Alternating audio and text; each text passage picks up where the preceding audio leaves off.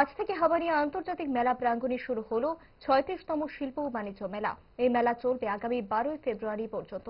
আজ এই মেলার আনুষ্ঠানিক উদ্বোধন করেন রাজ্যের মুখ্যমন্ত্রী প্রফেসর ডাক্তার মানিক সাহা। তার সঙ্গে উপস্থিত ছিলেন রাজ্যের শিল্প ও বাণিজ্য দপ্তরের মন্ত্রী শান্তনা চাকমা ও শিল্প ও বাণিজ্য দপ্তরের সচিব শ্রী কিরণ গিত্তে। মেলায় মোট ৪৮০টি স্টল খোলা হয়েছে বলে মুখ্যমন্ত্রী জানিয়েছেন এবং সমগ্র রাজ্যবাসীকে মেলায় আসার আবেদন জানান মুখ্যমন্ত্রী।